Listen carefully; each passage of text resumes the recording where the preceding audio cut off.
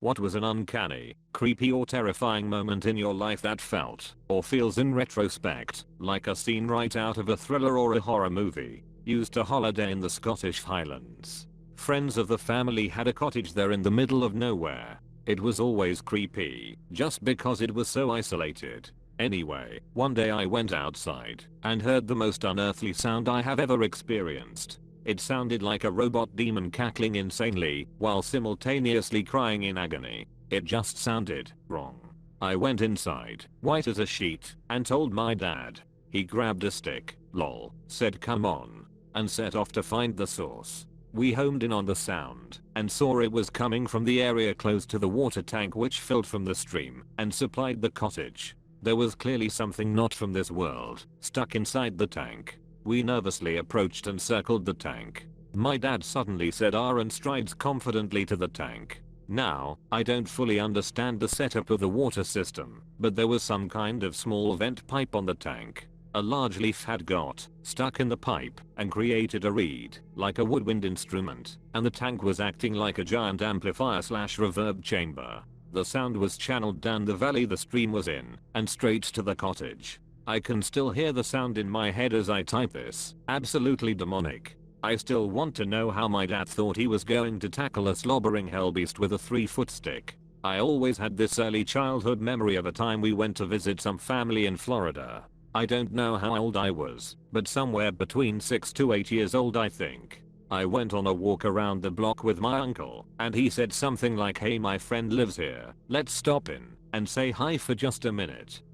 The next memory I have, we are in the living room. The furniture, carpet etc is all that very 80s brown/green/mustard earth tones, and it is dimly lit because the curtains are closed. I'm sitting on the couch being bored or something while my uncle talked to this guy, not paying attention until I could hear my uncle's voice getting louder.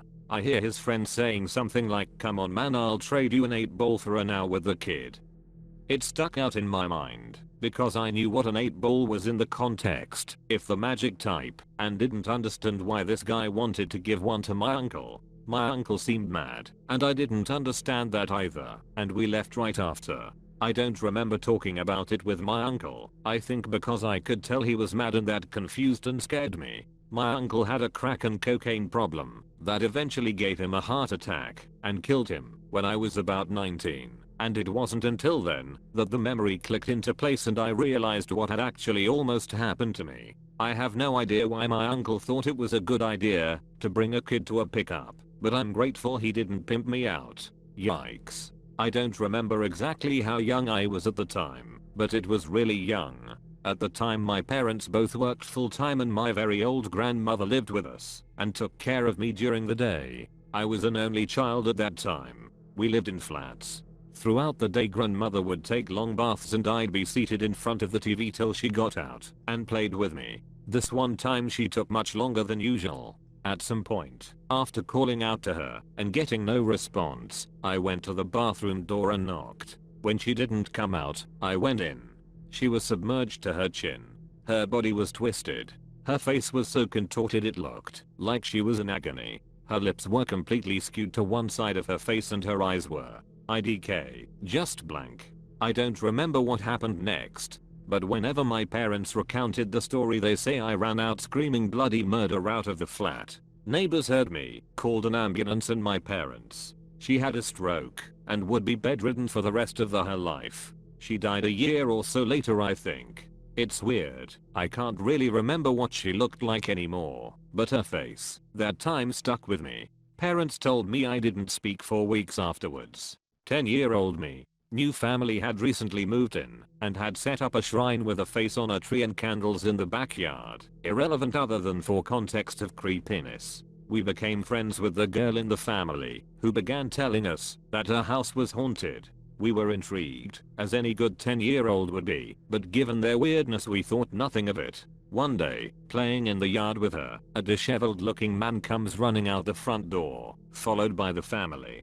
He proceeded to run, full speed, into the woods with the dad yelling at him. Come to find out, dude had been living in their attic and had been keeping it locked from the inside. The dad finally pried it open, chase ensuing. To this day, I check under, inside, above, behind, and outside of every house I have ever lived in and regularly clear corners when I get home. Okay, I probably never have ever told this to anyone. So, I'm kindergarten aged. Family is at home at the evening. I'm in the hall, probably hear something, or want someone to pay attention to me or something. So I open the door leading to the kitchen, and I see my dad and brother, who must have been around 16, holding my mom by her arms and legs, bending down, and, like, banging her to the floor. Mum has a painful expression on her face. Dad and bro are looking serious, concentrating, not violent or anything, but the process itself looked pretty violent to me. I look at them in terror and say, "Hey, don't fight." Dad tells me to go back to the hall. I get back, just sit there in the dark alone, listen to mom wailing, and 15 years later I still have no clue what the hell that could have been. Physical violence or abuse or anything never really occurred in our family when I was young, and even when it did later it wasn't that type, and if I asked them now they would probably say WTF am I talking about. But really, what could that be? Is there any sort of medical aid technique like that, or what? When I was about 9 or 10, there was a child abductor and murder that was in the local news. Both of my parents were local police officers. My dad was working on the case, I think. My parents talked about it a lot in passing. One thing they specifically talked about was the white van with a circular window on the side of the van. Well, during that time, I was in a knee brace due to recurrent knee dislocations. However, I was an active child, so I didn't let it keep me from going out anywhere. Well, one day I decided to go with my sisters and their friends to collect paper money for our paper route. Well, as we were walking, me limping, a white van with the circular window passed by our group. The first time we didn't think of it, because we lived on a main road. After the third time seeing it, we all got a little scared.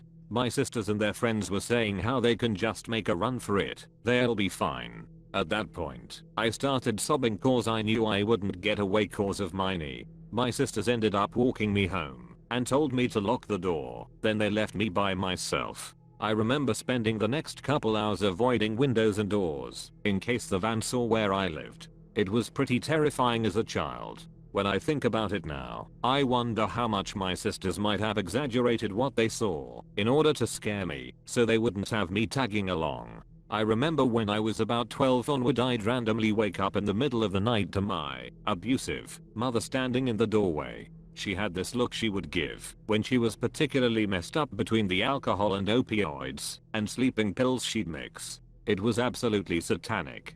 On multiple occasions I would wake up to her just staring at me, but way longer than just to check on me. She would just stand there for what seemed like forever, and if I even slightly moved she'd scream at me for being awake and punish me. One day my dad called me out to the living room and my mother is there looking pretty concerned, telling him he was taking things too far. He tells me your mom says you've been laying in bed crying at night because you're afraid someone's going to come in your room and kill you? What's that about? I was totally confused and just blew it off as one of my mom's drunk/high delusions and told him I absolutely didn't. It wasn't until I was an adult that I realized that whenever my mother said something about someone else, she was projecting. Like she told me for years that she suspected that my dad was cheating on her. She was actually cheating on him. BTCH was probably getting f-ked up out of her mind and thinking about killing me in my own bed. No. We don't talk anymore, and I've informed her I will use whatever force necessary to remove her from my property if she ever gets it in her head to show up. I've lived in a small mountain town in Colorado for 17 years. When my friends and I got our licenses, we'd drive around in the mountains when we got bored. This one area we went to frequently is beautiful, but it's known to be pretty sketchy. People shoot guns in the wrong areas. There's a lot of drug use when people party, and bodies have been occasionally found back there. We were driving around one night when we suddenly passed a man walking on the road. It was weird because we hadn't seen him in the headlights initially. It was more like he appeared out of nowhere as we were passing him. I thought he was walking a little weird as I looked back at him. So I asked my friend to stop. Maybe he was hurt or something. He paused for like 10 seconds when we stopped, and then he started running at the vehicle. Not a oh shit let me catch up to them real quick jog with a wave or anything like that. A full blown sprint like he had a personal vendetta against us. It freaked us out, and my friend hit the gas again. We did call the police, just to make sure we didn't leave him in danger, but didn't hear anything else about it. In my old hometown, we weren't allowed to play out of the yard. The highway was at one end and the bayou at the other. Like alligators walking down the road was a normal occurrence, yeah no? So anyway, there was a girl who would ride her bike up and down the road and we'd chit chat. She was maybe 0.7, 8. I know I was like 5 or 6. We weren't too far apart. Anyway, she would come and talk, and then we would part. Sometimes she came with other kids, sometimes not. One day, she invites me to her birthday party. I saw I have to ask my mom if I can go. She said she lived a couple houses down, no big deal. Mom says no, you don't know her, she doesn't live on this street, etc. I was upset, so unfair, she's my friend. I never saw her again, and thought she was mad at me. I went back to visit family, and brought up this story with my mom and aunt about how weird it was I never saw her after that. They got really quiet and my aunt tells me that there was a girl by that name who was found in this guy's house along with a bunch of other kids. He did awful things to them, and they de-addition. Here's where it's creepy, they would have been de-ad by the time I was talking to them. I never felt so cold, and we all agreed to never talk about it again. Walking with my grandmother at night along a gravel road close to where she lives out in the country. We were heading home to my grandparents' house. 6-year-old me turned to my grandmother and asked who the lady who ran across the road behind us was. She turns around, see nobody, and asked me to describe her. Down to a T I describe a cruel woman who used to live not far away who was now 10 years dead. I didn't live there, so I didn't think much about it, but according to my grandfather, my description of the lady I had seen was so on point that my grandmother never walked alone there after dark. That was 29 years ago, and she still refuses to walk that road alone at night. Thanks for watching, subscribe and leave a like if you enjoyed the video.